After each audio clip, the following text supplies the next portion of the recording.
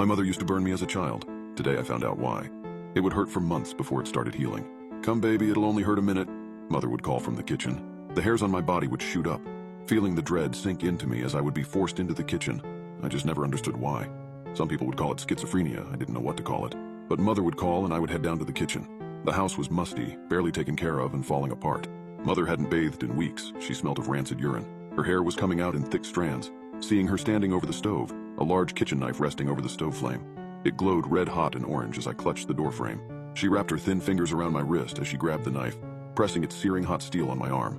I would try to dissociate, picturing myself on an island beach somewhere, but the torturous pain would only get worse. The pain that surged through my body as she pressed it into my skin, holding me in place till I blacked out from the pain.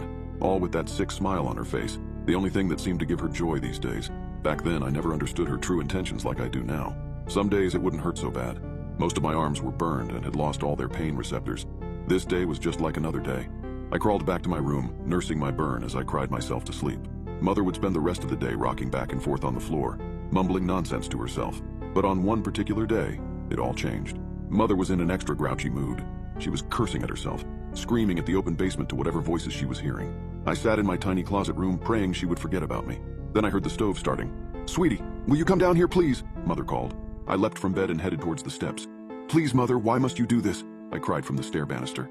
Mother stood over the stove, lighting her cigarette on the stove flame, the knife glowing red hot. "You know I have to, if not, they're going to hurt you, understand?" "Who, Mother, who is going to hurt me?" I cried. Mother's eyes darted from the knife to the open basement door. I wasn't allowed in the basement under no circumstances. I went near it once. Mother burned me for even longer than normal as a punishment. But I remember hearing things. I swore I heard people talking down there. Mother's eyes darted across the room. "They don't want me to tell you now, please. It'll only hurt a minute." She smiled her jagged yellow teeth at me. I swallowed the dry lump in my throat and regretfully headed towards her. Despite all the pain she had put me in through the years, I was her slave.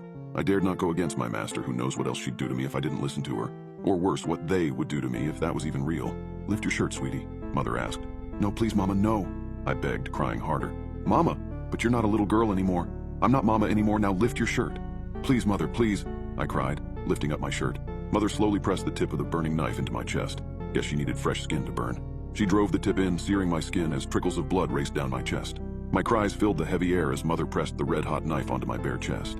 The scorching pain radiated through my body. "There, are you happy?" She screamed at the air. The basement door creaked open slightly. I fell to the floor in agony. Mother ripped the knife from my chest, which was fused together from the heat. Mother fell to the floor next to me. I don't know what came over me. Fear, anger, adrenaline, a combination of everything. With all my might, I stood up and grabbed the knife. I plunged it straight into Mother's chest. Again and again, I stabbed her. She didn't even make a sound, staring straight up at the ceiling, that stupid smile on her face as I repeatedly stabbed